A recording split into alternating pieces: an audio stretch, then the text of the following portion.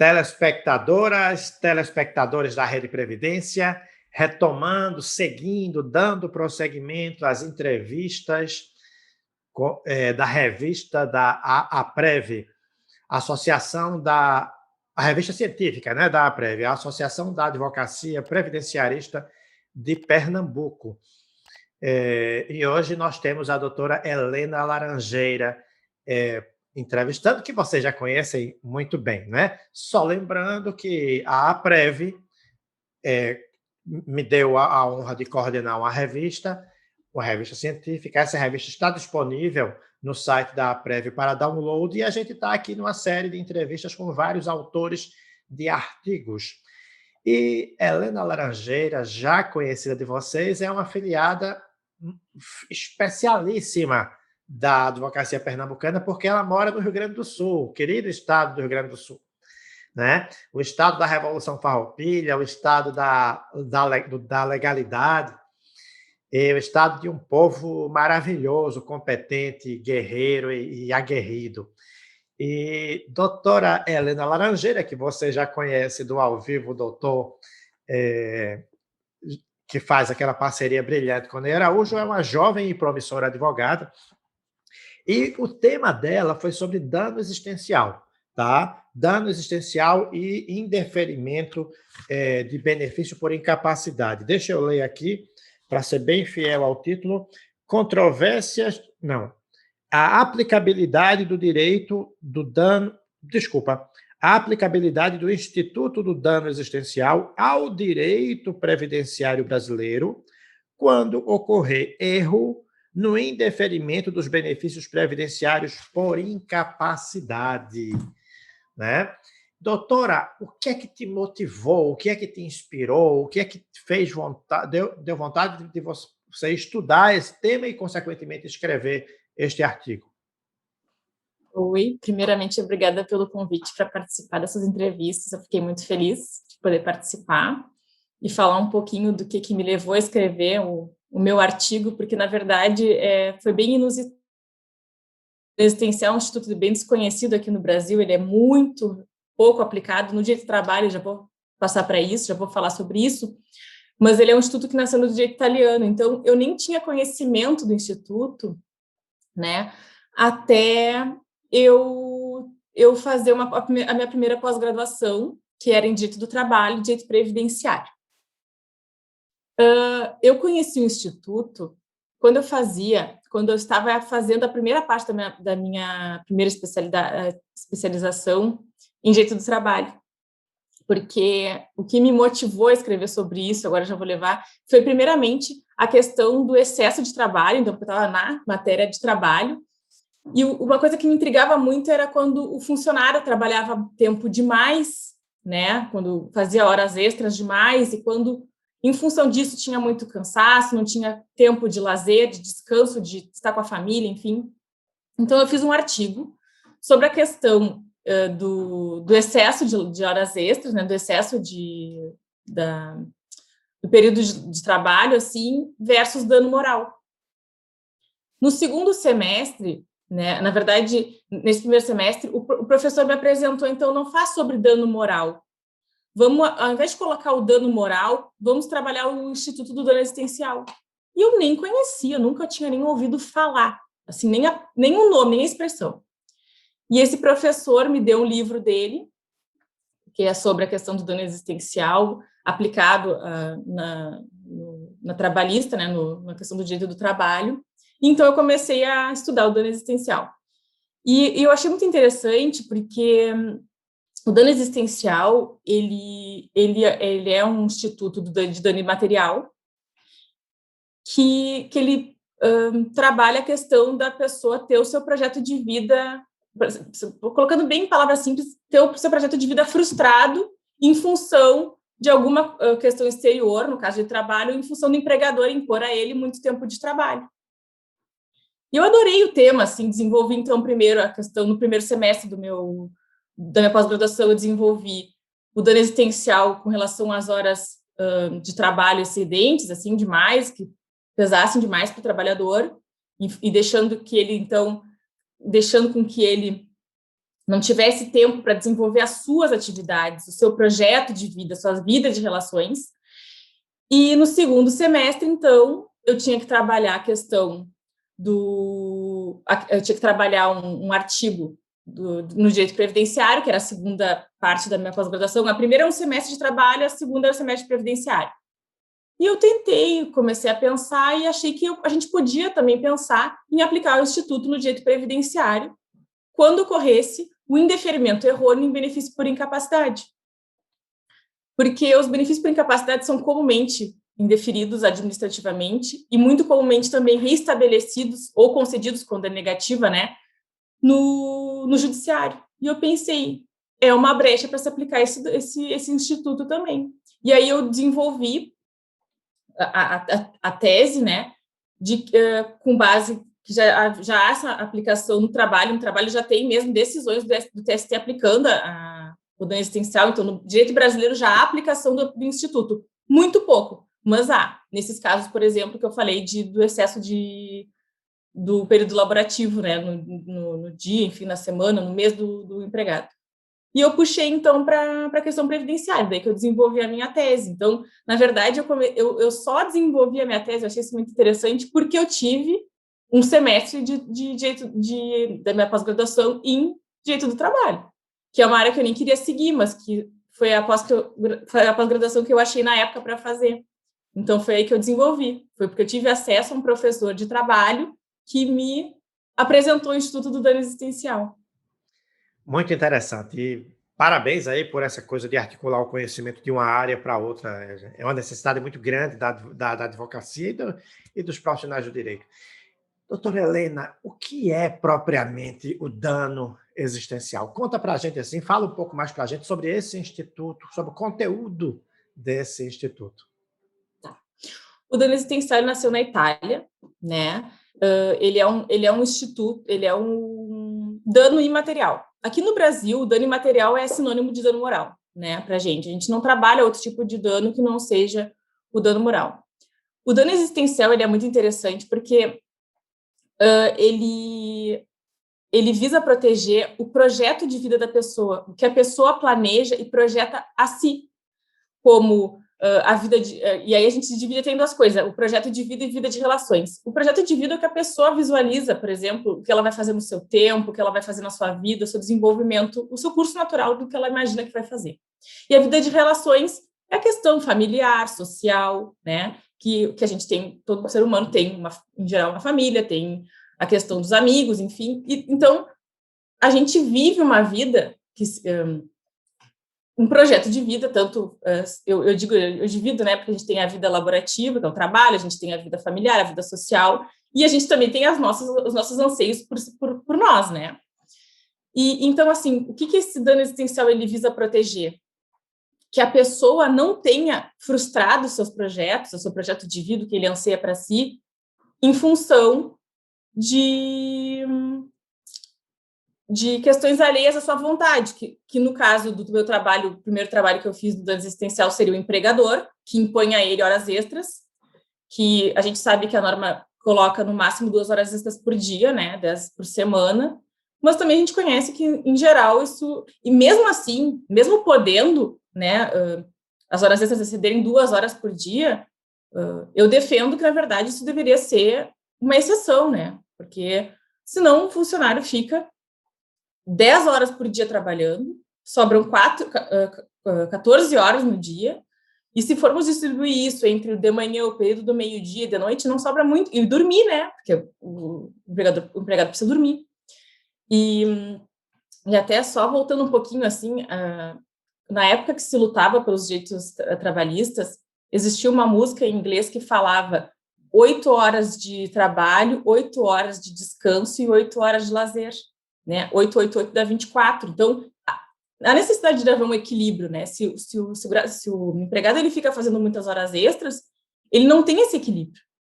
Ele fica, e sem contar que a produção ele tem uma remuneração, enfim, mas mesmo o dinheiro das horas extras não compensa a vida perdida ali, as relações perdidas, o seu projeto perdido, né? Então, foi nessa linha que eu fiz a minha argumentação do primeiro artigo que eu fiz no direito do trabalho. E no direito previdenciário, Ele iria mais na linha de que o INSS frustra um projeto de vida, que o projeto de vida é mais ou menos a questão do segurado trabalhar, contribuir, e como seguro social, quando ele necessita o INSS, né, a Previdência Social, retribuir a ele, né, como caráter contributivo retributivo. Eu contribuo quando eu preciso, enquanto eu posso, enquanto eu trabalho, e eu recebo como retribuição do INSS. Quando eu não puder trabalhar, eu recebo meu benefício. Então, é um projeto também, né? É um projeto, é uma organização, né? Então, foi mais ou menos nessa linha. Eu encontro um pouquinho de dificuldade de explicar o dano existencial. Eu tenho ele na minha cabeça, mas às vezes eu fico com receio de não conseguir transmitir exatamente o que é. Não sei se eu fui clara, assim, razoavelmente clara. Bom, eu estou aprendendo muito, estou empolgadíssimo com o seu tema e acho que foi sim. E também é o seguinte, já aproveitar você que é nosso telespectador, se surgiu alguma dúvida, não é? Pergunta aqui nos comentários que a gente pode aprofundar. É um tema maravilhoso, né? E não só este, mas todos os outros temas da revista da APREV, a gente pode aprofundar caso você, telespectador, telespectadora, tenha uma curiosidade a mais. Doutora, deixa eu te perguntar agora, e no caso dos benefícios por incapacidade, não é? O que é que seu artigo abordou? O que é que seu artigo achou por bem evidenciar entre a existência de um dano existencial no caso do indeferimento dos benefícios por incapacidade? Aproveito também para já pedir que, após responder a minha pergunta, e caso queira abordar um outro aspecto, aí fique à vontade também, algum outro aspecto, e também já dar a sua palavra final para as nossas telespectadoras e telespectadores. Tá bem. Bom, a questão do benefício por incapacidade, por que eu via como lesão? Justamente no que eu estava falando antes, né? Os benefícios previdenciários, eles têm aquela... A Previdência Social, ela é o Instituto Nacional de Seguro Social, né? Então, assim, o que é um seguro? É quando eu pago e, havendo um infortúnio, alguma fato gerador de uma necessidade, o INSS, ou até o próprio seguro privado mesmo, a mesma coisa, retribuir por eu ter pago todo um período em função, aguardando que eventualmente pudesse acontecer algum infortúnio, por exemplo, né? No caso do benefício por incapacidade, a pessoa trabalha, é obrigada a contribuir, e havendo uma necessidade, uma contingência, um infortúnio, alguma coisa, ela tem retribuição da Previdência Social. Então, assim, ó, o que eu digo? A pessoa conta com isso, a pessoa tem na vida dela uma segurança de que, bom, eu estou pagando, no momento que eu precisar, eu vou ter essa retribuição. Quando o INSS não paga o benefício quando a pessoa precisa, ele está frustrando um planejamento, uma organização da própria pessoa que conta com aquilo. O que é ser previdente? Ser previdente é se planejar para o futuro. Eu pago o INSS me planejando que é certo que um dia eu vou precisar do INSS, seja quando eu vou me aposentar, pela idade, agora pela idade, né, pelo tempo de contribuição antigamente também. Se eu vier a falecer, minha família receber uma pensão por morte. Se eu ficar doente, eu receber um benefício por incapacidade, né? No momento que o INSS frustra isso, ele está frustrando a minha organização, o meu planejamento para o futuro, o meu planejamento de vida. Eu tenho aquilo como uma segurança, né? O INSS frustra. Então, nesse momento, ele lesa o projeto de vida do segurado. É dessa forma que eu enxerguei, né?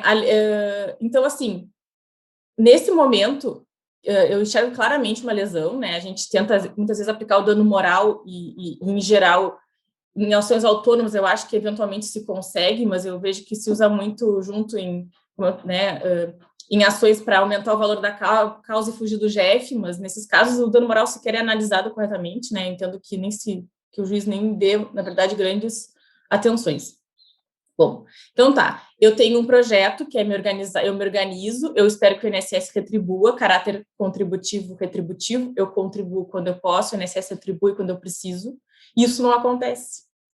Então, eu acho que a gente precisa achar uma forma de que o INSS seja compelido e seja punido, e até educado a fornecer o benefício quando ele deveria fornecer. Não é uma faculdade do INSS, é uma obrigação, cumprir os requisitos, tem que fornecer. Isso não acontece. Então, assim, Eu entendo que o Instituto Doutora Helena, Moral... desculpe lhe atrapalhar, mas eu queria realçar uma coisa que você coloca aí, que não é uma faculdade, é uma obrigação, porque, de certa forma, quando uma empresa privada está analisando o requisito de um privado, por exemplo, um plano privado de previdência, é óbvio que existe o interesse da empresa em disputa com o interesse do participante, né, na linguagem da previdência complementar. Mas no caso do INSS, o INSS é uma autarquia, que quando a gente estuda direito administrativo, a gente sabe que a autarquia é alonga-manos do Estado, é um prolongamento do Estado. Então, a vontade do INSS, o desejo do INSS não é o desejo de uma empresa privada que é ter o seu lucro. A vontade e o desejo é garantir direito individual, garantir segurança, né? Exatamente. Desculpa atrapalhar. Não, imagina, foi ótimo. Eu adoro quando a gente consegue trocar alguma coisa, complementar isso para mim, eu acho enriquecedor, acho maravilhoso. Muito obrigada. Então, ele fica vinculado, inclusive, né? O segurado, ele pede o benefício, ele está com os requisitos completos, o Estado está vinculado a fornecer esse benefício, não há o mínimo de margem para a questão da vontade, como tu mesmo colocaste muito bem, Ricardo. Ele está vinculado a fornecer. Isso não acontece. Então, justamente aí que eu acho que a gente poderia, e eu entendo que devemos começar a usar o dano existencial como forma de, primeiro, punir o INSS por não estar cumprindo o seu dever como autarquia, como a extensão do Estado, né?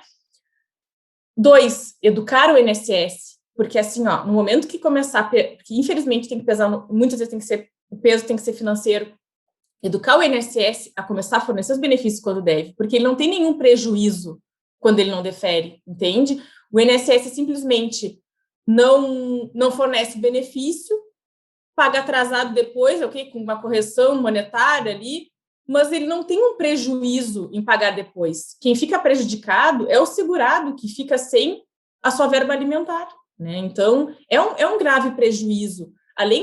Entende? Além do projeto de vida frustrado, é a própria necessidade que o segurado fica. O segurado, muitas vezes, acaba ficando ou sem a remuneração alimentar, ou ele se força a trabalhar, mesmo incapacitado, o que só traz uma piora para o seu quadro de saúde, e eu até argumento no meu artigo dizendo assim, é interesse do INSS colocar o segurado em auxílio-doença, agora em benefício por incapacidade temporária, para ele poder se recuperar num período, e ele volta a trabalhar e volta a contribuir.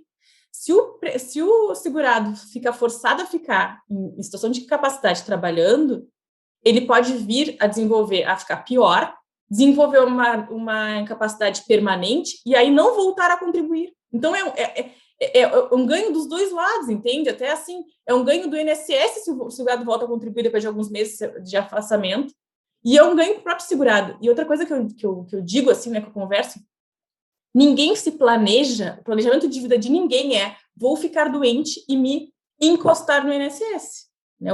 O segurado, o planejamento de vida de ninguém que eu conheça, pelo menos, nunca ouvi ninguém falar, e tá, eventualmente deve existir 1% da sociedade que faça isso, mas o planejamento de vida de ninguém eu vou crescer, vou ficar incapaz para depender do INSS. Não, né? Geralmente vou crescer, vou me desenvolver, vou trabalhar e, eventualmente não, e se Deus quiser, né, porque a pessoa vai viver uma vida longa, vou me aposentar depois, como consequência de eu ter trabalhado e contribuído para o INSS. Eu não vi ninguém me dizer, meu planejamento de vida é ficar doente, né? Então, assim, até isso, sabe? É uma situação muito complicada, assim. O segurado, eu acho que vai concordar comigo, né, Ricardo, que hoje o segurado é visto como, às vezes, como um delinquente, como um sugador do Estado, como alguém que quer se aproveitar do INSS. E não é assim. E, infelizmente, a gente tem visto que o judiciário se comporta dessa forma. Não só no benefício por incapacidade, mas também nas aposentadorias, por exemplo, especiais, enfim. Mas eu não vou entrar nesse não é o meu tema, enfim. Mas é assim que eu enxergo. E eu entendo que o ideal se a gente... Eu vou ser sincera, eu ainda não coloquei, né, em prática a minha tese. Eu pretendo colocar, num caso que eu tenho, que uma segurada ficou 24 anos afastada por benefício por incapacidade, desses 24, 21 aposentada por invalidez e teve seu benefício cessado. E eu agora estou com essa ação no judiciário correndo, estou esperando o trânsito em julgado, a gente ganhou em primeiro grau, se tudo der certo vai ser confirmado em segundo grau, e depois disso eu vou aplicar a tese, porque é claro e evidente, né? Ela ficou 21 anos aposentada, o planejamento de vida, o projeto dela era continuar aposentada, ela não tem condições de voltar, né? Então ela teve frustrada, no momento que o INSS cortou o benefício dela, ela teve frustrado o seu projeto, que era já estava naquela situação de aposentada. Ela não tem como recuperar a capacidade dela, isso é claro. Então, a minha ideia é aplicar nesse meu caso específico e depois nos outros que vierem também. Mas esse caso eu achei muito interessante, porque ela ficou 24 anos aposentada. Quer dizer, quem é que com 24 anos de afastamento de suas atividades depois recupera a atividade laborativa? Se não for pela incapacidade física, pela incapacidade social. Quase ninguém emprega uma pessoa de 54, 55 anos que ficou 25 anos fora do mercado de trabalho. Pelo menos não no nível de que ela tinha de vida, né? Porque ela trabalhava em setor financeiro, então ela ganhava muito bem, né? E seria mais ou menos isso, Ricardo. Eu vou me despedir, como tu já falaste, né, que eu era para ir me despedindo, então eu gostaria de agradecer a oportunidade de participar da APREV, foi muito legal, eu tenho um carinho especial por vocês, pelo pessoal de Recife, de Pernambuco, mesmo sendo aqui do Rio Grande do Sul, eu digo que tem uma parte do meu coração que mora com vocês aí. Eu fiquei muito feliz de participar do grupo, de participar da revista, que eu me interessei muito, sempre adorei seus projetos. Eu estou muito feliz de estar em 2 deles, pelo menos, por enquanto, se Deus quiser haverá mais. E dizer que foi um prazer poder contribuir de alguma forma e, ao mesmo tempo, participar, né, da revista científica, porque é uma área que eu me interesso bastante. Eu acho que, como tu sempre colocas, nós temos que estudar muito e nos unir estudando para poder modificar na prática, né? Não é só estudar a teoria, mas na prática também realmente mudar a vida das pessoas como a gente puder, contribuir como a gente pode, né? O advogado, ele é essencial à realização da justiça, né? Que a gente fala, efetivação da justiça, ele está na Constituição Federal, inclusive. E eu acho que a gente faz isso nos processos, no dia a dia, e estudando para aperfeiçoar os procedimentos também. Muito obrigada. Helena, obrigado por essa entrevista. Eu sei que seu tempo é muito corrido, atender clientes aí em Pelotas, eu sei que você é muito procurada em Pelotas. Dizer que é um prazer imenso para a Rede Previdência ter você com a gente, e para mim, Ricardo, né, a gente ter, a partir da amizade que a gente construiu em Pisa, né, no curso de pós-graduação que nós vamos fazer, a gente depois ter a oportunidade de construir coisas. Posso te dizer que vários pernambucanos adoram, né, o fato de você estar com a gente nesse processo criativo, nesse processo intelectual. Parabenizar você pela escolha do tema. Atenção, você que é segurado, atenção, você que é estudante, atenção, você que é estudioso, atenção, você que é advogado. Esse tema promete muito. Parabéns aí pelo vanguardismo, né? E até breve. Muito obrigado. Até breve.